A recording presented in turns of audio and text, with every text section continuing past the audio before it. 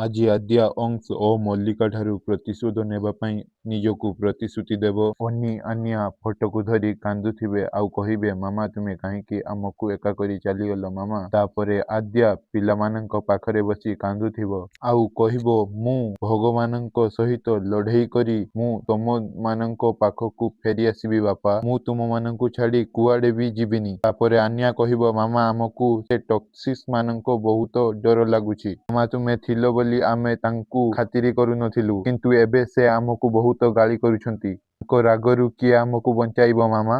ତାପରେ ଆଦ୍ୟା ରାଗିଯିବ ଆଉ କହିବ, ମଲ୍ଲିକା ଓ ଅଂଶ ମୁଁ ବହୁତ ଭଲ ଭାବରେ ଜାଣିସାରିଛି ଏ ହେଉଛି ତୁମ ଦୁଇ ଜଣଙ୍କର ଷଡ଼ଯନ୍ତ୍ର। ଅଂଶ କେବଳ ତୁମରି ଯୋଗୁଁ ଆଜି ମୁଁ ମୋ ଦୁଇ ପିଲାଙ୍କଠାରୁ ଅଲଗା ହେଇଛି। ଆଜି ଏ ନିରୀହ ପିଲା ଦୁଇଟାଙ୍କର ଯାହାବି ଅବସ୍ଥା ହେଉଛି କେବଳ ସେଥିପାଇଁ ତୁମେ ହିଁ ଦାୟୀ। ମୁଁ ତମ ଦୁଇ ଜଣଙ୍କୁ କେବେ ବି ଛାଡ଼ିବିନି। ଅଂଶ କେବେ ବି ଛାଡ଼ିବିନି। ଦର୍ଶକ ବନ୍ଧୁ, ଯଦି ଆପଣମାନେ ସିନ୍ଦୁର ଖେଳର ଫୁଲ୍ ଏପିସୋଡ଼ ଦେଖିନାହାନ୍ତି ତ ଯାଇ ଫୁଲ୍ ଏପିସୋଡ଼ ଦେଖନ୍ତୁ। ତା ପୂର୍ବରୁ ଭିଡ଼ିଓଟିକୁ ଲାଇକ୍ କରି ଚ୍ୟାନେଲକୁ ସବସ୍କ୍ରାଇବ୍ କରି ପାଖରେ ଆସୁଥିବା ବେଲ୍ ଆଇକନ୍ ଘଣ୍ଟିକୁ ଅଲ୍ରେ ପ୍ରେସ୍ କରିଦିଅନ୍ତୁ। ଯଦି ଆପଣମାନେ ବି ଜଗତର ନାଥ ଜଗନ୍ନାଥଙ୍କୁ ଭଲ ପାଆନ୍ତି ତେବେ କମେଣ୍ଟରେ ଜୟ ଜଗନ୍ନାଥ ଲେଖନ୍ତୁ। ରହିଲି, ଜୟ ଜଗନ୍ନାଥ।